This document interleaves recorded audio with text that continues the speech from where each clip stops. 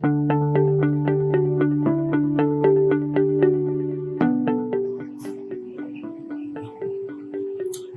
bienvenue sur ce nouveau blog de marché. 2022 commence sur de nouveaux auspices avec le rapport de l'USDA qui s'est tenu la semaine dernière, qui a déterminé plusieurs choses qui vont être déterminantes pour les semaines à venir. La première chose, c'est l'arrêt de la hausse du blé. Clairement, au niveau de la baisse du dollar, la parité euro-dollar, on a assisté à une baisse du blé, un arrêt de la hausse du blé, et en même temps une réévaluation de différents niveaux de production, que ce soit en maïs pour l'Ukraine et aussi au niveau de la Russie où ça a été réévalué.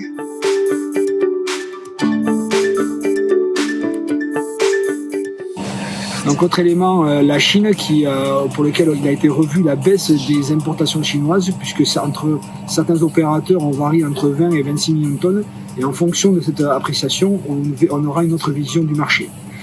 Dernier élément qui nous concerne plus, c'est l'influenza aviaire qui va aujourd'hui libérer des volumes de céréales parce que les usines d'aliments, du fait de l'éradication des troupeaux à la fois de volailles et de canards, auront des céréales disponibles et ça va libérer des volumes et appuyer sur le marché.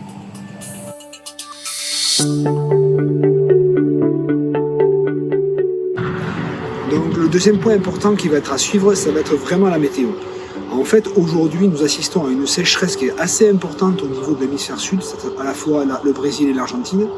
Là, il est annoncé de la pluie dans les prochains jours, mais ça va être déterminant. On est en pleine période de floraison sur ces cultures d'été en soja et en maïs, et c'est un élément qui va être vraiment déterminant pour la suite de la campagne.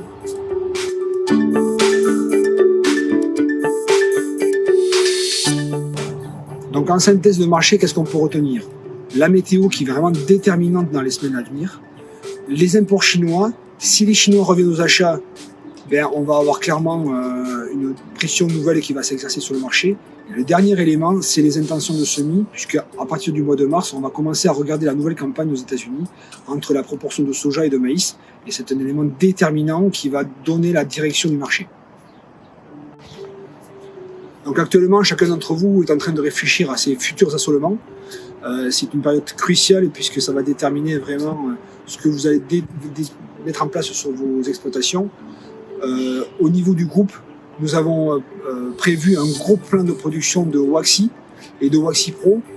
Ce sont deux productions qui doivent vous amener de la valeur ajoutée et dans la hausse des marchés des commodités, à la fois pour les engrais et l'ensemble des produits inhérents aux cultures. Ça va être déterminant pour vous. Les primes ont été réévaluées de manière très très forte et ça doit normalement vous inciter à produire ces productions-là. Donc n'hésitez pas, contactez votre technicien et faites vos calculs. Merci à vous.